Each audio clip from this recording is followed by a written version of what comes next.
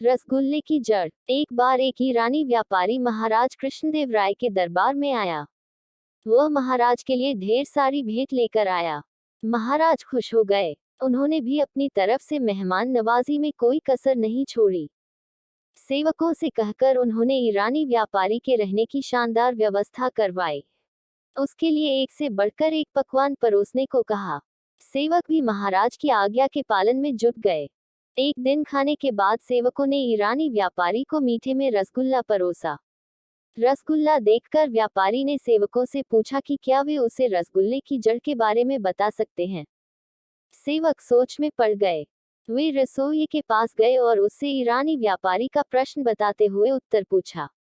रसोई को तो बस रसगुल्ला बनाना आता है, उसकी जड़ के बारे में उसे कोई जानकारी नहीं थी। वह उस प्रश्न का उत्तर नहीं दे पाया।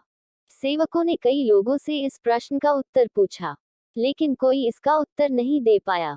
धीरे धीरे महाराज के कानों में यह बात पहुंची कि ईरानी व्यापारी के द्वारा रसगुल्ले की जड़ के बारे में पूछा गया है और महल में कोई भी उसके इस प्रश्न का उत्तर नहीं दे पा रहा है।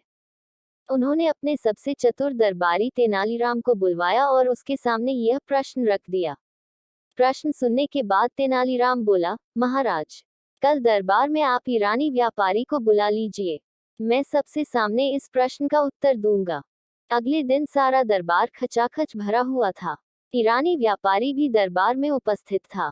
तेनालीराम जब दरबार में आया तो अपने हाथ में एक कटोरा लिए हुए था, जो मलमल के कपड़े से ढका हुआ था।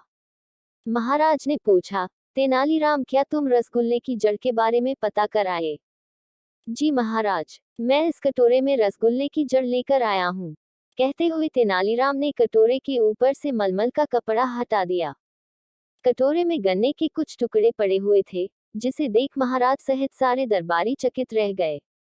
तेनालीराम ईरानी व्यापारी के पास जाकर उसे कटोरा देकर बोला, महाशय, ये है रसगुल्ले की जड़। महाराज की समझ से अब भी सब बाहर था। उन्होंने तेनालीराम से पूछा, तेनालीराम, ये सब क्या है? तेनालीराम बोला, महाराज, मिठाई शक्कर की बनती है। शक्कर को बनाया जाता है गन्ने से। इस तरह हुआ न गन्ना रसगुल्ले की जड़। यह उत्तर सुनकर महाराज ने हंसते हुए ईरानी व्यापारी की ओर देखा। वह भी तेनालीराम के उत्तर से संतुष्ट हो चुका था। अगर यह कहानी आपको पसंद आई हो तो प्लीज मेरे चैनल को लाइक, सब्सक्राइब और शेयर करें। धन्यवाद।